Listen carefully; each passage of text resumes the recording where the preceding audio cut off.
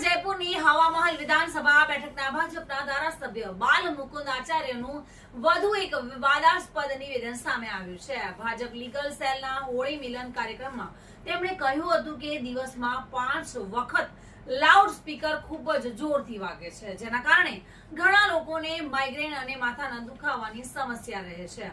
ભાજપના ધારાસભ્ય બાલ મુકુંદ આચાર્યએ જણાવ્યું હતું કે એક ફરિયાદ છે જે ફક્ત તમે લોકો જ ઉકેલી શકો છો। ઘણા લોકોને માઇગ્રેન અને માથાના દુખાવાની સમસ્યા રહે છે।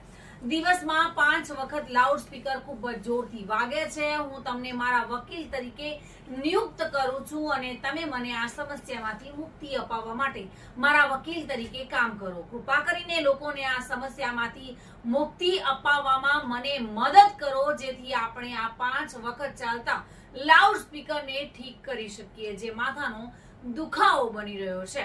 નમાઝ અને મુસ્લિમો પર મોટો વિવાદ ઉલ્લેખનીય છે કે આ વખતે જ્યારે હોળીના તહેવાર પર શુક્રવારની નમાઝ અદા કરવામાં આવી રહી હતી, ત્યારે ભારે વિવાદ સર્જાયો હતો। ઉત્તર પ્રદેશ, મધ્યપ્રદેશ અને બિહારમાં હિન્દુઓ અને મુસ્લિમો વચ્ચે સંઘર્ષની સ્થિતિ ઊભી થઈ હતી। જ્યારે નેતાઓની ભાષા કઠોર બની ત્યારે મુસ્લિમોએ પણ વિરોધ કર્યો હતો। ઉત્તર પ્રદેશમાં આ વિવાદ ત્યારે શરૂ થયો જ્યારે સંભલના સીઓ અનુજ ચૌધરીએ કહ્યું કે જે લોકો રંગોથી દૂર રહે છે તેમણે ઘરે જ નમાઝ અદા કરવી જોઈએ। ત્યારબાદ સતત નિવેદનો આવતા રહ્યા હતા।